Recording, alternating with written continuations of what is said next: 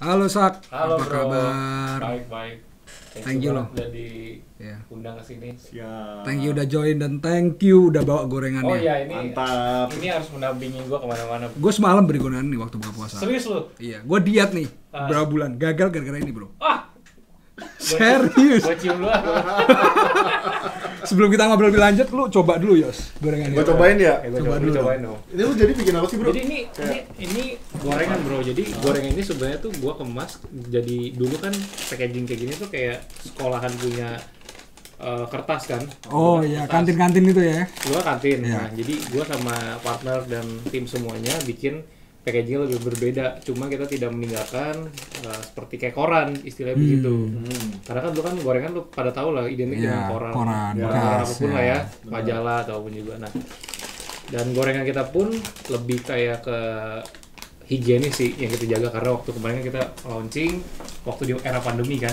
Waktu era pandemi gue pikir kayaknya orang-orang tuh banyak yang takut makan gorengan dan makannya goreng-goreng lah lebih tepatnya Iya. gitu. Hmm. Jadi hari ini gue bawain si kalian semua ini ada bakwan, ada pisang, ada tahu, ada risol juga, ada cireng. Nah, Oke. Habisin Yos, habisin habisin. Yos, hajar Yos. Oh, jadi Auto ketagihan nih, auto nagih. Amin. auto nagih. ada bumbunya apa gimana? Ada bro, itu Ada yang bumbunya. bumbunya itu yang malah yang Bumbu rahasia ya? Bumbu rahasia. Bumbu Ya, rahasia. cobain. Oke. Lu mau nyoba nggak? Ambil nih. Lemes banget nih jadi makan. Wah, enak banget. Gua coba makan. Benar. Abang, Puasa dulu, puasa dulu. Ntar buka puasa ini gua bawa nih. Wah, enak sih. Ini bumbunya beda-beda ya? beda-beda. Ada balado. Tapi kalau pisang gua ngasihin bumbu. Karena pisang manis. Udah enak ya, udah ada rasa. Tahu ya? Tahu. Oke. Lu gimana sih dulu kepikiran Enak kok ya? bikin gorengan? Enak ya? Enak, Oh. enak. Kenapa gorengan? Maksudnya dari sekian banyak F&B bisnis, kok kepikiran jajanan receh ya gorengan? Yang udah ada sejak tahun dulu. sih bro. Karena gue pikir dulu gue pernah main F&B. Cuman gue takut banget main F&B. Oke. Waktu itu gue kerja kurang lebih 2 tahun lah, 2 tahun sama bos gue. Selama 2 tahun itu, kadang kan gue PA bos gue kan waktu itu pengalaman Oke. gua. Dia ngomong sama gue, lu kenapa nggak mulai bisnis? Waktu ditanya begitu, gue agak tertrigger sih jujur. Karena waktu itu gue umur 22 tahun. Gue pikir kayak tahun ini gue udah harus buat bisnis sih, udah mulai ancang-ancang lah ya. Setelah itu gue bingung mau bisnis apa. Gue mau bisnis F&B, cuman gue pernah gagal. Jadi gue takut untuk memulai lagi gitu kan. Oke. Mau bisnis apa, cuman gue masih belum kepikiran. Ini bisnis kedua lo berarti? Ini bisnis banyak sih kalau gue Oke, ceritain oke, nanti ya. oke. Nah setelah itu nggak tahu di dalam hati gue selalu ngomongnya tuh F&B bro. Setelah itu gue coba gali-gali apa yang gue bisa kerjain ya. Akhirnya waktu itu gue pikir gue mau bikin pisang goreng sebenarnya. Nah kebetulan ada satu investor yang mau invest gitu loh di brand itu. Gue bikin, akhirnya gue ajak temen gue, partner gue yang sekarang jadi partner gue di bagian produksi. Gue bilang sama dia, coba dong kita bikin bisnis pisang, cuman dengan versi yang berbeda. Nah setelah itu akhirnya dia R&D deh, R&D ini ketemulah dengan pisang goreng. Itu pisang goreng yang bulat, dalamnya tuh ada coklat-coklatnya gitu lah, manis kan. Ya. Gue pikir ini bagus nih, enak nih. Akhirnya kita set plan, udah semuanya plan, udah mau benar-benar kick off. Nah tiba-tiba gue ingat banget waktu itu tuh pandemi di Indonesia masuk. Kayak gitu yang semua orang tuh takut semuanya. Gue ingat banget. Ya. Takut banyak hal lah Ya. semuanya. Ya. Di rumah semua lagi. Setelah itu udah benar-benar set plan sampai kita udah sewa ruko juga, udah DP ruko. Tiba-tiba investor gua mundur. Wah, di situ gua langsung kayak sedih banget, kehilangan arah lah. Nah, tapi ya udahlah akhirnya gua sama partner gua bertiga, waktu itu ada partner gua di bagian agency, maksudnya digitalnya juga. Kita istilahnya tuh mundur sejenak lah. Kita coba pikirin lagi seperti apa konsepnya. Nah, waktu pandemi, ingat banget bulan Juni, kita tuh tiba-tiba keluarin namanya gorengan. Goreng ini sebenarnya gue pikir gorengan abang-abang yang kita mau bikin kekinian. Cuma waktu itu produknya itu adalah pisang goreng itu yang kita bikin, karena itu selaras juga sama produknya. Kita mulai dengan frozen food, dengan kotak packaging. Kita frozen food, kita open PO gitu kan. Waktu itu kan karena frozen food kan di Indonesia lagi cukup lumayan booming kan. Semua orang jual frozen food, ikan lah, apalah semuanya lah. Nah, gue coba bikin frozen food versi gorengan. Waktu itu pisang goreng, ubi goreng, ada Oreo goreng. Semua lah kita goreng lah, bro. Kita goreng-goreng. Nah, cuman setelah gue kirim ke beberapa teman, ke beberapa orang, ternyata respon mereka tuh kurang bagus dengan produk itu. Malah teman gue ada yang bilang, wah ini produk sampah lah apa gitu. Anjir gue. Akhirnya gue cuman kan jadi itu motivasi kan. Nah, cuman waktu itu tiba-tiba temen gue tuh ada nyeletuk, kenapa lu nggak bikin gorengan abang-abang? Let's say kayak bakwan atau risol atau cireng atau jadi yang kemarin itu nggak ada varian gorengan abang-abang gini? Nggak ada bro, jadi cuma benar-benar kayak pisang, ubi, terus Oreo gitu. Tapi divariasi kekinian gitu. Ya. Ngejar yang barang-barang hype gitu ya lo? Iya, ubi kan? bola ubi gitu ya. Aku pikir orang Indonesia kayak demen ubi sama pisang deh, gitu kan. Tapi ternyata waktu itu kayaknya kurang, apalagi yang cewek kan, takut gendut, takut ini, takut itu, ya kan, terlalu manis. Akhirnya coba gue pikirin nih, oh iya benar juga ya, coba deh kita bikin gorengan abang-abang kayak bakwan, risol, cireng, tahu. Udah deh, akhirnya dari situ gue sama partner gue kita mulai tuh R&D. Kita mulai R&D seminggu, 2 minggu, 3 minggu. Ada yang bakwannya kegosongan lah, ada yang kayak gini lah, ada yang gitu. Proses R&D kalian juga pada tahu lah pasti kan. Sampai tiba-tiba titik ketemu itu, gue ketemu dengan varian bakwan yang besar. Yang jadi istilah USP buat produk gue. Bakwan gue tuh waktu itu 1 lempeng gitulah. Nah, gue pikir ini unik juga ya. Kok bisa segede ini ya? Ya udah, cuman gue pikir ya udahlah, nggak mungkin sampai booming gitu kan, biasa aja gitu. Singkat cerita, kepikiran kita adalah kita mau bikin kayak snack Taiwan yang pakai bumbu-bumbu. Kita pikir wah ini cocok juga, cuma ini dengan versi gorengan gitu loh, pakai bumbu. Ya udah, akhirnya gua sama partner coba deh kita bikin 1 store dulu. Coba buat antusiasnya seperti apa waktu pandemi ini. Nah waktu itu bro, jujur gue takut sih bro. Gue benar-benar kayak, aduh gue apakah gue akan mengulang kejadian yang dulu lagi di bisnis ini gitu kan. Terus karena bisnis ini kan gue benar-benar purely pakai uang gue, bukan pakai duit orang tua, bukan pakai duit siapapun juga, dan pakai duit kita semua lah gitu. Maksudnya partner gue. Gue cukup struggle sih jujur. Gue benar-benar takut karena ya takut gagal, takut ini jalan atau enggak kayak gitu. Sampai sempet gue seminggu susah tidur gara-gara kayak gitu. Karena gue pikir gue mendingan gue kerja aja deh sama bos gue, supaya lebih safe kan, per bulannya dapat income banyak gitu kan. Tiba-tiba gue harus buka usaha nih gitu. Dan pemikiran gue waktu itu ya udahlah, usaha ini gue mau jadiin side job aja, nggak mau jadi main bisnis atau main job gue gitu loh. Dan waktu itu lagi pandemi bro, takut bro, beneran deh. Nggak pasti kan. Setelah itu ya udahlah, gue sempat gak bisa tidur, sempat gue pengen mundur, gue pengen bilang gue mau mundur aja deh, gue nggak mau ikut dalam bisnis ini, gue takut banget gitu loh. Nah sampai satu ketika gue berdoa kan sama Tuhan, gue bilang ini gimana ya, gue bilang kalau misalkan emang ini jalan lu, ya udah perlancar aja jalannya seperti itu. Akhirnya gue berdoa, tiba-tiba ya ada aja jalannya. Nah satu ketika gue lagi duduk diam kamar gue, tiba-tiba gue kepikiran gini bro, satu pemahaman bisnis waktu kita mulai ya. Soalnya bisnis itu sama kayak stock market sih. Saat kita mau invest di satu company, kita kan nggak tahu company itu akan grow atau nggak, mungkin makin akan turun gitu, akan anjlok gitu kan. Tapi yang kita akan bisa melihat adalah fundamental. Benar. Kalau dalam saham ya, itu kan mungkin belum ada. Kita main saham ya, bukan kripto ya. Kalau di situ kan kita bisa melihat company-nya seperti apa, karakternya seperti apa, dan produknya seperti apa. Nah, itu yang jadi gue berpikir 2 kali, benar juga ya. Kenapa nggak cara berpikir gue putar? Gue sama aja, gue kayak waktu itu gue main saham juga. Kenapa nggak istilahnya sama seperti gue masuk saham? Ya gue belum tahu bisnis itu seperti apa. Mungkin di sana udah IPO, udah TPK. Sedangkan gue masih start my own company gitu loh.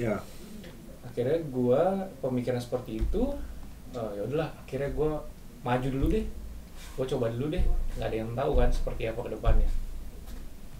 Dengan modal pas-pasan dan benar-benar minim banget, kita buka pertama kali itu gorengan Oktober, tanggal 26 Oktober 2020 di Tanjung Duren, pertama kali store. Waktu itu banyak yang datang, teman-teman semuanya. Wah, tapi hari pertama itu yang paling kacau bro, karena masih trial and error kan. Bakwan gua kegosongan, bakwan ini kegosongan, semua kegosongan kan. Wah, ada orang yang sampai ngelepeh makanannya. Wah, itu jadi motivasi kan. Cuman gue bilang sama partner gue, udah gak apa-apa, kita coba bikin lagi yang lebih bagus lagi ke depannya gitu loh. Nah, dari situ modal minim, apalagi mau marketing bro. Mana bisa kan, marketingnya pas-pasan juga. Jadi waktu itu gue itu pakai marketing itu pertama kali gara-gara TikTok. Nah, TikTok itu gue pakai itu punya pacar gue. Gue coba deh bantu TikTokin deh. Nggak tahu naik atau enggak, pacar gue juga orang biasa, bukan siapa-siapa gitu. Kita semua juga bukan kayak ada yang terkenal banget, nggak ada sama sekali. Ya udah akhirnya iseng-iseng pakai media TikTok, kita masukin ke TikTok. Nggak ada perasaan, maksudnya ya udahlah. Nothing tulus ya. Aja. Ya, gue nggak tahu naik atau turun gitu kan. Tiba-tiba waktu masukin ke TikTok, 2 hari kemudian, itu gue kaget bro. Gue buka Instagram gorengan, ada yang nge-post repost gitu dari video itu. Gue kan, ini kan istilah media platformnya cukup terkenal buat F&B di Jakarta gitu. Wah, dari situ naik bro. Dari situ naik, wah trust orang kan naik kan dari customer-nya. Datang deh mulai tuh. Dari situ mulai.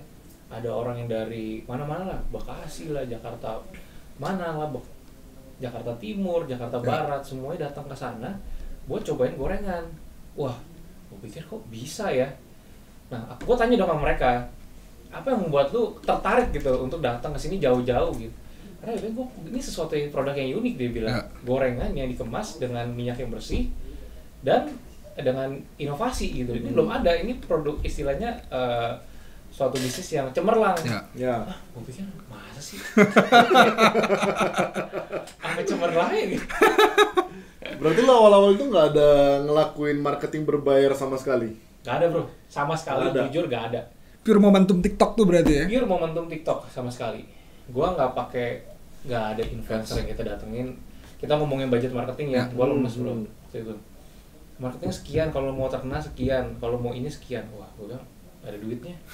Kita nggak ada duitnya benar-benar. Emang nggak ada duitnya karena kita benar-benar ya udahlah gitu loh. Lo berarti modal cuman pure buat tempat sama ya udah sama produknya. Operasional. Iya.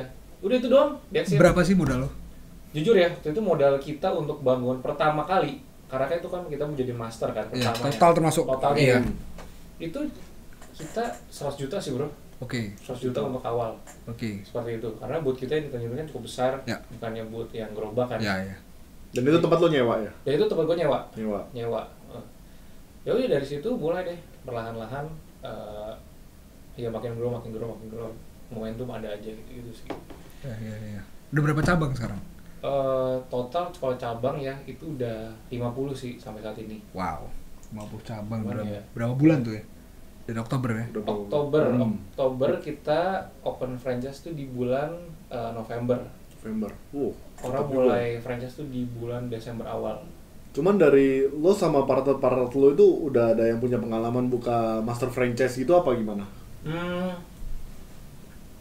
Partner gue satu udah ada. Dia emang cukup praktisi di dunia F&B. Karena kalau buka franchise itu kan nggak segampang kita buka. Cuman ini aja kan, usaha aja kan. Pertama gue pikir gampang bro.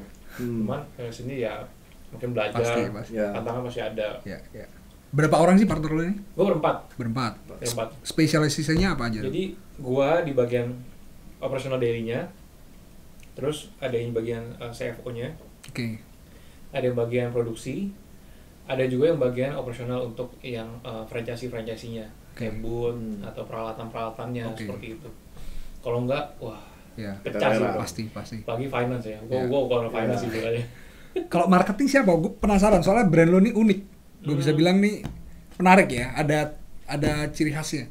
Kalau untuk marketing awal sebenarnya tuh kita semua sih ya. Kita bikin bareng-bareng, cuman mungkin yang lebih in-house dan terjun langsung adalah gua. Jadi gua mungkin yang lebih pemikiran untuk marketingnya lebih besar ya gua juga gitu loh. Iya. Seperti itu. Cuman gue bingungnya kalau franchise F&B itu gini ya, maksudnya kan oke, ide lu memang unik. Ide lu unik dan lu kan, tapi lu tadi buka di bulan apa? Oktober ya? Oktober. Nah, lu buka di bulan Oktober nih. Terus lu di bulan November itu langsung open franchise kan. Nah, I mean effort lu apa? Kenapa kok orang maksudnya mau beli franchise lu gitu loh? Maksudnya lu termasuk brand baru dong waktu itu dong, brand baru, produk baru. Orang juga nggak kenal lo siapa, ini bukan grupnya yang gede-gede gitu kan. Nah, kenapa orang bisa believe? Nah, transaksi pertama franchise itu gimana ceritanya? Gue jujur bingung sih bro. Gimana bingungnya? Universe works atau gimana? Karena kita emang open franchise di Instagram. Dan kita emang naikin ke ads. Banyak permintaan. Datang ke kita punya admin. Nah, setelah itu banyak orang yang mungkin nanya kali ya, juga ada juga yang nanya abis itu nggak jadi lagi. Nah, terus gue berpikir dong, kayaknya kurang nih, ya kan? Tiba-tiba itu gue lupa ya, di bulan November itu ada ibu-ibu sama anaknya datang ke gorengan. Dia bilang, gue franchise gorengan dong. Gue bilang, ini kayaknya cuman ngomong doang, abis itu pergi lagi gitu kan. Dateng, gue ngobrol kan, gue bilang, kenapa tante aku mau gorengan? Ya karena gue bilang ini kayaknya bisnisnya gorengan yang simple gitu loh, dan orang-orang sekarang makan gorengan kan lagi takut, ini kan minyaknya bersih dan dijaga secara value-nya kayak gini-gini. Terus gue bilang, oh iya bener sih kayak gitu emang value-nya. Nah, setelah itu udah deh, dari situ mulai satu franchise, dari situ mulai tuh, oke gue seneng banget kan, wah ada satu franchise nih mau nih, berarti bisnis gue kan lumayan ada gitu loh, satu franchise ada. Terus tiba-tiba kebetulan ada satu influencer yang kita istilahnya collab lah sama dia, dari situ mulai trust orang juga kebangun juga. Nah dari situ deh mulai pelan-pelan orang cukup trust sama produknya, dengan franchise-nya juga seperti itu. Cuma silih berganti ya pasti ada tantangan, ada challenge-nya tersendiri juga untuk satu brand gitu. Kalau lu nanya kok bisa, gue juga bingung sih bro, jujur. Gue juga waktu jujur ya, karena waktu sebelum gue ikut kayak Clubhouse gitu kan, gue selalu berpikir brand gue sebenarnya udah kenal sama orang belum sih, maksudnya cukup belum sih. Nah tiba-tiba waktu Clubhouse ternyata orang udah banyak yang kenal, wah gue bilang oh ternyata udah banyak yang kenal. Jadi gue baru oh ternyata gitu. Ada yang ngeselin nggak franchise lu? Pas ya bukan ngeselin lah ya, mungkin kadang gini loh, orang franchise itu belum tentu kan mereka ada di dunia pengalaman di dunia F&B kan?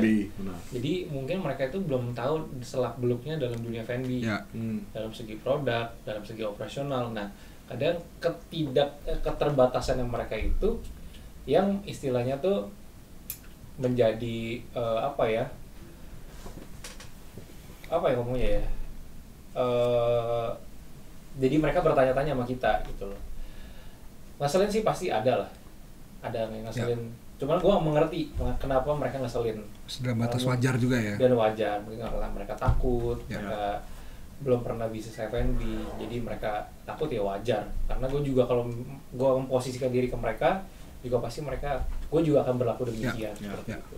Boleh cerita nggak satu yang konkret? Nggak sebut nama, nggak usah sebut nama. Biar asik sambil makan gorengan bro. Nah, boleh. Bentar ya. Oh iya. Ini bro, gue sogok produk lu sendiri nih. Ada nggak satu yang bener-bener ngena dari lu? Ngena ya? Ada sih, jadi gini. Waktu itu tuh ada satu orang itu datang kucuk-kucuk kita. Wah, gue mau bikin gorengan ini besar. Gue ada tempat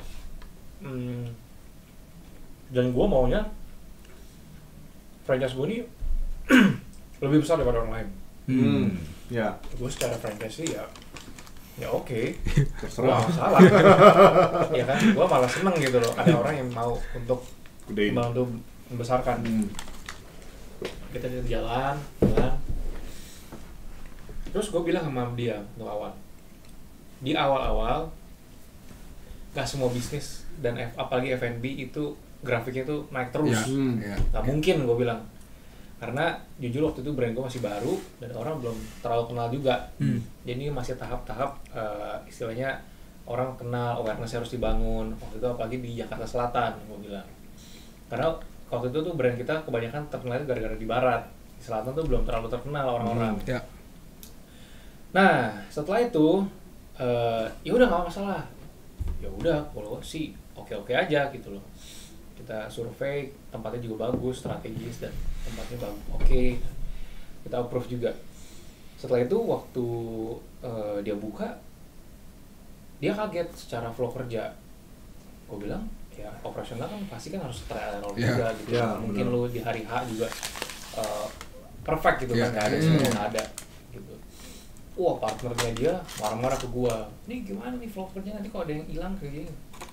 Gue bener-bener dimarahin bro. Istilahnya dalam hati gua, ini orang kok aneh bener. Istilahnya lu tahu risknya, lu tahu juga waktu di awal juga gua udah ngomongin juga seperti apa.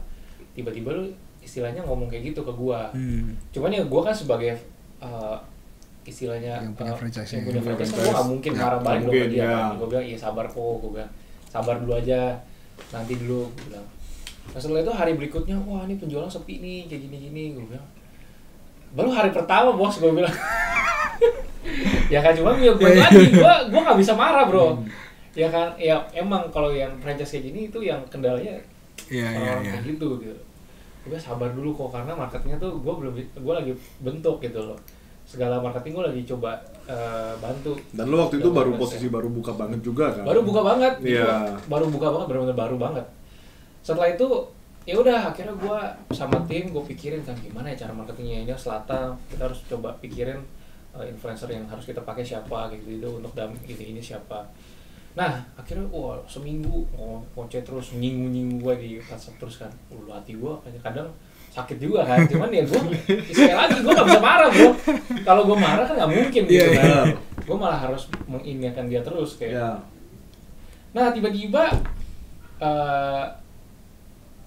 di sana rame, boom aja, tiba-tiba rame banget kan. Wah, waktu rame banget, tiba-tiba dia chat, wih, sok, baru gue baik-baikin gue, ini rame nih di sini, kayak gini-gini. Wah, lama nih gue iya. Dulu gue ditendang-tendang sih alat. Itu ramenya gara-gara apa? Rame gara-gara awareness bro sekali lagi, karena kan waktu itu tren gue di gorengan masih trennya tuh di Jakarta Barat sama Jakarta mungkin timur atau selatan belum, waktu itu belum sama sekali. Waktu kita bangun awareness-nya, karena menurut gue market Jawa Barat sama Selatan tuh berbeda banget bro. Beda banget lah, orang-orang juga beda. Akhirnya waktu kita bangun awareness-nya di Selatan, naik, nah gitu, langsung naik banget. Nah cara lu waktu itu gimana? Hire influencer? Jadi waktu itu gue harus tahu nih marketnya orang Selatan seperti apa. Influencer yang harus gue pakai juga istilahnya looks-nya juga seperti apa, gue juga harus cari juga gitu kan, karena berbeda antara barat sama selatan yang selalu gue bilang. Waktu gue cari, terus gue harus pakai siapa, terus awareness ads-nya seperti apa. Nah di situ deh gue kemas, gue juga hopefully, gue juga aduh ini berhasil nggak, deg-degan juga gue bro. Cuma yaudahlah, gue nothing tulus, gue yang penting do the best. Ya udah akhirnya gue mulai endorse, mulai ini itu. Gue pakai media juga, gue pakai ini juga, kayak akhirnya puji Tuhan pelan-pelan naik. Nah waktu naik malah franchise-nya nggak siap, nah sekali lagi sepi nggak siap, nggak siap. Wah sepi ini, waduh gimana nih gini, Grabnya harus ditutup kayak gini. Keteteran. Jadi ya itulah keluh kesahnya sebagai kita pemberi istilahnya mau kasih franchise ke orang itu keluh kesahnya. Secara kita juga foundernya batinnya juga waduh batin banget, cuman ya udahlah kita memahami gitu, masih memahami seperti itu. Ya menarik. Oke, mungkin kita balik dikit ya sebelum sekarang kan lo udah bisa dibilang sukses dengan belum lah, ya. Masih belajar banget. Jalan lah bisnisnya ya pasti ya, karena kalau mau nyari goal itu kan nggak ada batasnya pasti ya sukses, goal sukses. Boleh ceritain nggak cerita gagal lo dulu? Atau cerita paling sedih lah, bangkrut ditipu orang. Oke. Sedih ya, banyak sih bro sebenarnya. Jadi waktu dulu gua 2018, gua tuh sebenarnya gua udah kerja itu dari umur 17 tahun. Oke. Gua kerja di dalam, muda banget. iya, gua kerja pertama kali itu ikut wedding organizer saudara gua. Oke. Jadi WO. Makanya kayak Yos mau nikah, gue tahu banget ambience gimana. Lu 17 tahun berarti masih Masih sekolah gue bro, SMA. SMA kelas 1. SMA 2 dong, 17 tahun. 2 ya? 2. Itu udah kerja tuh Itu gue part-time. kerja, jadi part time gue Sabtu Minggu bro. Jadi orang-orang kadang gue liat enaknya pergi keluar, maksudnya orang tuanya kemana. Gue harus kerja dari sore kan itu kan, siang malah gue harus standby di jam 2 siang sampai jam biasa itu sampai pagi kan, dari pagi kan pagi standby malah kan? ada yang sampai pagi malah dari pagi gitu. Nah ya udah gue kerja, gue suka kan, Iya, suka. iya, Dan iya. gue juga tahu background orang family gue juga seperti apa, gue tahu banget. Gue kerja fun kan, setelah itu umur gue lulus sekolah, gue juga kerja di satu restoran. Di situ gue belajar banyak lah. Gue belajar masak, gue belajar operasional, dari gue juga jadi waiters juga, jadi kasir juga, semuanya gue pelajarin di sana. Fun banget di sana. Terus setelah itu gue masuk kuliah kan. Waktu kuliah gue berpikir, wah gila enakan kerja ya, dapat duit. Kuliah gue nggak dapat duit sama sekali. Maksudnya duit jajan ada, cuman minim banget gitu loh. Kurang buat gue gitu ya. Setelah itu gue mulai usaha deh, usaha jual ayam geprek ke sekolah, ke kuliah. Gue bawa 5 dus ke kampus dan gue kayak, lu mau nggak ayam geprek gue gini dan orang-orang suka ya, dan oke lah gitu loh, buat uang jajan oke lah. Setelah itu wah kayaknya ayam geprek nggak, gue orangnya tuh terlalu ambisius bro. Gue mau istilahnya pengennya instan gitu, anak muda lah biasa lah. Mau lebih terus kan. Gue pernah juga jadi agen asuransi. Oke.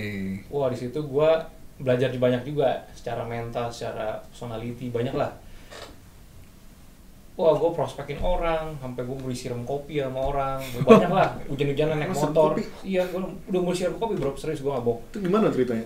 Gue prospekin ada satu orang, dia mungkin lagi kesel kali, atau gue nggak tahu lagi gimana ya. Lo nawarin orang nggak dikenal gitu apa gimana? Kenal sih, sebenarnya kenal, cuman gue nggak tahu lagi kenapa lah, gue nggak tahu hari itu mungkin lagi berantem sama istrinya kali atau apa, gue nggak tahu kan.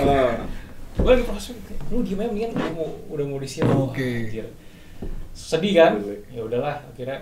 Terus gue dulu setiap hari naik motor, hujan-hujanan kadang, terus agen asuransi kan lo harus siap kan lo segala keadaan kan, lo harus pakai kemeja terus kan. Jadi gue kalau kampus gue pakai kemeja bro, lu bayangin aja gue kayak dosen kan? Pakai kemeja. Pernah dikira dosen gak lo? Gue pakai kemeja dimasukin, pakai celana bahan, pakai pantofel. Dosen banget dosen banget lah. Sampai orang masuk kelas dikira gue dosen bro. Dosen yang jadi mahasiswa pakai tas kayak ya gue laluin lah kayak gitu sampai temen kuliah gue, wah lu sih bener gila sih lu. Kucilin juga gitu. Lucu lah. Cuman gue nggak pernah baper bro. Gue yakin banget pasti suatu kali ada waktunya gue akan sukses gitu. Maksudnya gue punya istilahnya tuh income yang cukup lah untuk kehidupan gue sendiri gitu. Setelah itu gue mulai usaha F&B waktu itu di 2018, singkat cerita. Itu gue lagi kuliah juga kebetulan. Nah, jadi waktu itu usaha F&B ini gue sama partner gue juga, temen gue baik sih, maksudnya mau modalin gue kayak gitu-gitu ya sama keluarganya. Nah, cuman kurangnya anak muda adalah nggak punya mentor dan nggak punya pengetahuan. Jadi barbar aja, lu buka aja gitu. Setelah itu waktu gue buka, ada satu tempat di Morakarang waktu gue buka pasta namanya bro.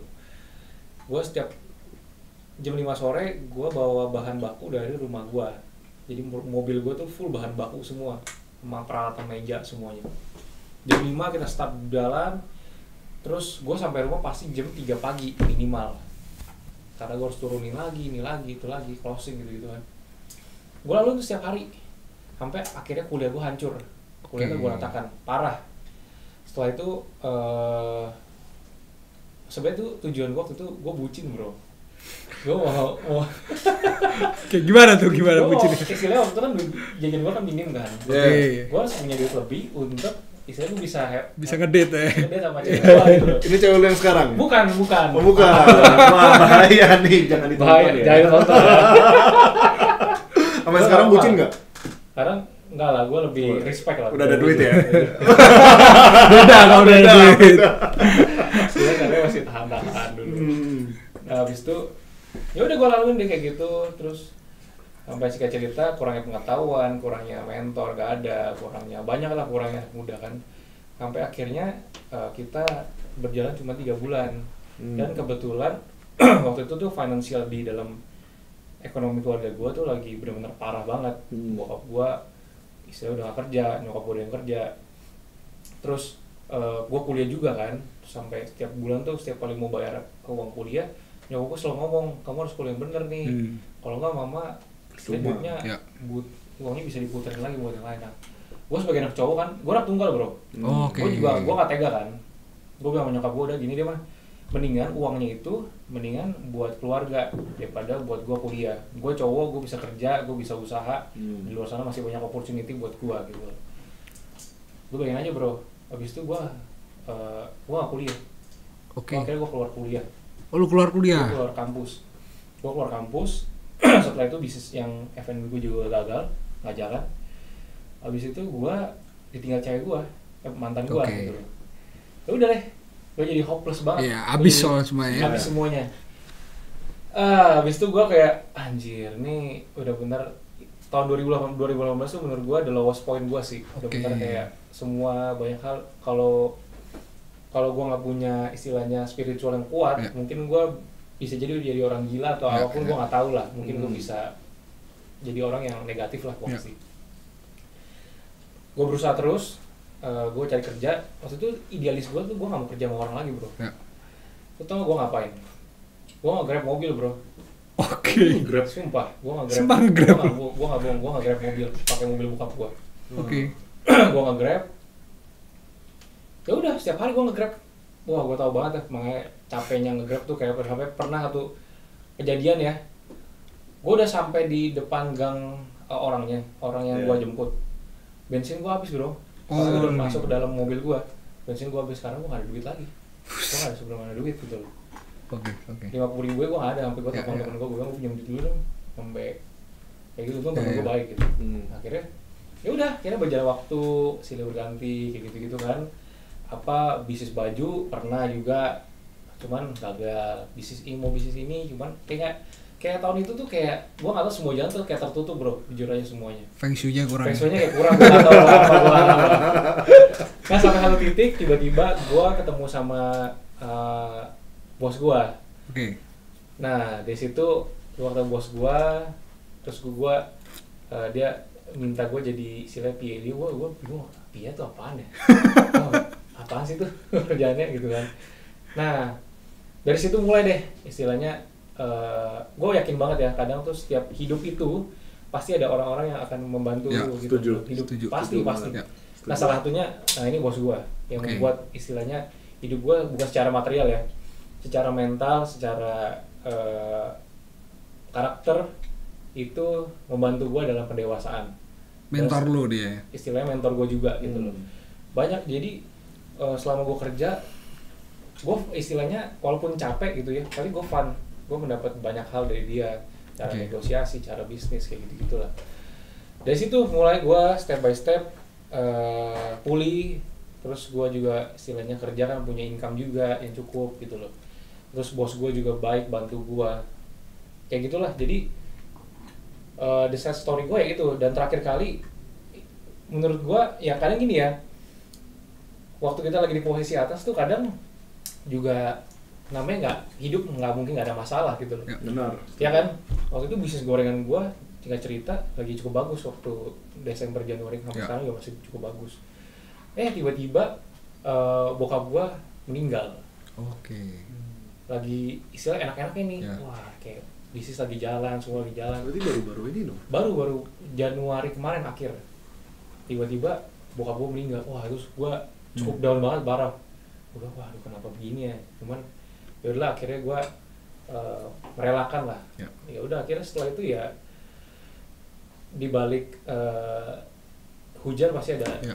pelangi yang cerah. Ya. Gue yakin. Ya gitulah set story gue. Ya. Gitu. Oke. Lu tadi kayak, nah gue yang penasaran nih, lo kan ada bilang kayak kalau anak muda itu sekarang susahnya karena nggak ada mentor. Nah, lu ketemu bos lu yang jadi mentor lu ini gimana? Lu apakah lu mencari, apakah lu kontak, apa DM Instagram, apa Enggak. gimana gitu? Jadi tuh kalau bos gue yang gue masih panggil dia bos lah. Gue nggak mungkin. Oh, tapi udah Gue walaupun gue udah di waktu itu gue waktu awal mulai gorengan dia minta gue untuk fokus di gorengan. Karena dia bilang suatu bisnis itu harus fokus. Ya. Nggak dia boleh. malah baik ya. Dia malah baik untuk support gue. Malah nggak nahan lu Nggak dia. nahan gue. Ya. Dia bilang suatu bisnis itu harus fokus. Jadi lu benar-benar harus terjun di situ, apalagi bisnis franchise yang istilahnya tuh lu harus benar-benar mencurahkan waktu, apalagi startup kan. Ya. Mungkin Bro Reza juga tahu lah startup seperti apa. Seperti baby born yang benar-benar lu harus jagain terus, ini terus gitu. Ya udah dari situ akhirnya gue udah nggak sama dia lagi. Cuman gue masih tetap panggil dia bos gue lah gitu. Iya. Gue lu bilang kayak gitu, jujur gue tidak mencari sih bro. Itu datang sendiri ya. Dan waktu itu gue ikut komunitas, jujur. Gue ikut komunitas namanya Full Gospel Business and Fellowship. Nah gue ketemu dia di situ. Cuman gue nggak pernah ngomongin bisnis atau kerjaan sama dia sama sekali. Gitu. Jadi ketemunya lagi waktu itu dia sempat makan di bisnis gue yang F&B yang pasta itu. Dia sempat makan. Udah sih terakhir kali dia di situ doang ketemu. Setelah itu waktu gue bilang gue lagi kayak gitu, dia baik untuk bantu gue gitu. Oke. Berarti lo ketemunya kayak di semacam di komunitas religius gitu ya jatuhnya ya? Iya. Iya. Keren. Makanya gue bilang pasti semua orang kayak, mungkin lu pada juga pasti ngalamin di dalam setiap hidup pasti ada orang yang membantu Ya lu. pasti. Nggak lepas dari Nggak bantuan lepas, orang ya, pasti. bantuan orang. Benar. Ya. Gitu sih. Agree. Snacksnya gimana sih buat gorengan? Nextnya, Vision lo apa sih? Apa yang lo mau lakuin jadi sama? kalau visi sebenarnya tuh gorengan kan orang-orang udah pada tahu bro. Maksudnya Ya. bukan gorengan ya, Ya, maksudnya ya. gorengan. Udah pada tahu dan tidak, kalau orang bilang tuh belum ada brand yang benar-benar mendominasi di market.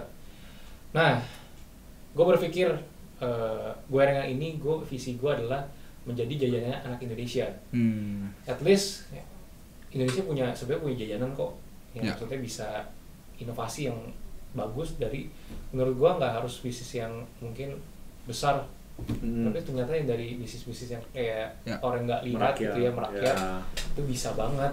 Dan visi gue adalah menjadikan gorengan itu menjadi jajanan anak Indonesia. Jadi orang-orang anak Indonesia ini atau orang Indonesia maksudnya lu nggak harus makan yang kayak brand-brand luar lah, tapi di Indonesia pun itu bisa. Brand Indonesia bisa.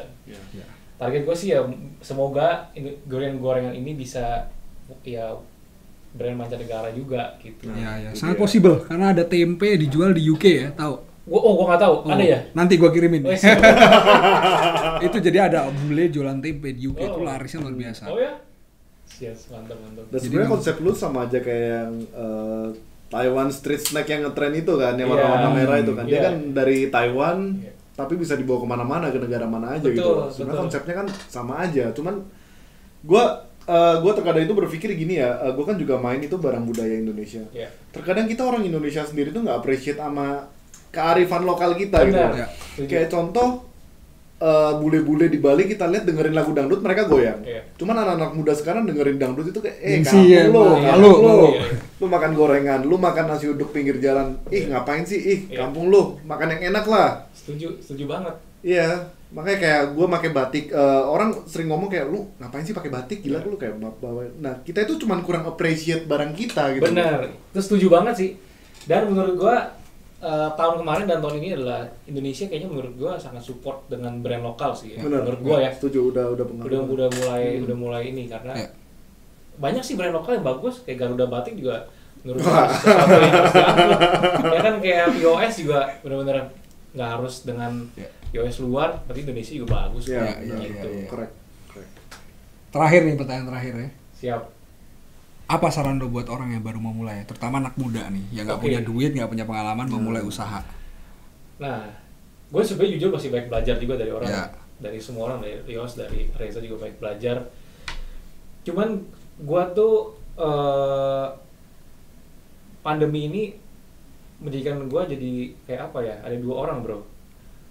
Ada orang yang bisa membuat momentum pandemi ini menjadi sesuatu yang lebih berharga, atau yang menjadikan dia malah stres, panik atau apapun juga. Nah, waktu dalam pandemi itu gue dalam waktu WFH ya, gue kan nggak bisa ke kantor pun ada cuma gue doang sendiri gitu loh. Yang gue pakai adalah gue cuma baca buku sama nonton YouTube. Itu doang yang gue pelajarin. Nah, saat itu gue cuma berpikir saat ini adalah saat yang tepat untuk gue belajar, mengeksplor diri gue gitu loh. Nah, cuman yang kadang anak muda itu adalah melangkah. Gue yang susah itu adalah melangkah. Benar. Saran gue adalah menurut gue jangan pernah takut untuk melangkah sih, karena kita nggak bakal tahu kapan kita apakah langkah kita ini akan menjadi sesuatu langkah yang bagus, atau kalau gagal ya nggak ada salahnya untuk mencoba gitu loh. Nah, tapi ada satu menurut gue yang benar-benar masih mendarah daging di gue ya sampai saat ini. Kata-kata ini bagus dari seorang Chairil Tanjung. Dia ngomong kayak gini, gue buka bentar ya.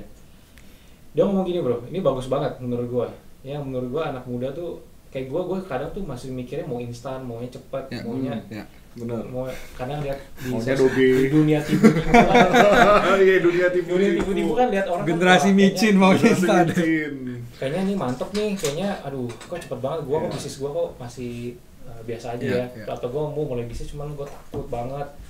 Yang penting jangan takut sih menurut gue, harus benar-benar tapi dengan satu pemahaman yang bahwa spekulasi lu gitu loh, apakah brand lu ini bisa maju atau enggak. Cuma kalau misalkan gue harus coba sih, karena gue pernah ada satu Instagram ya bro, dia bilang gini, kalau lu mencoba, lu nggak bakal tahu tahun depan lu akan jadi apa.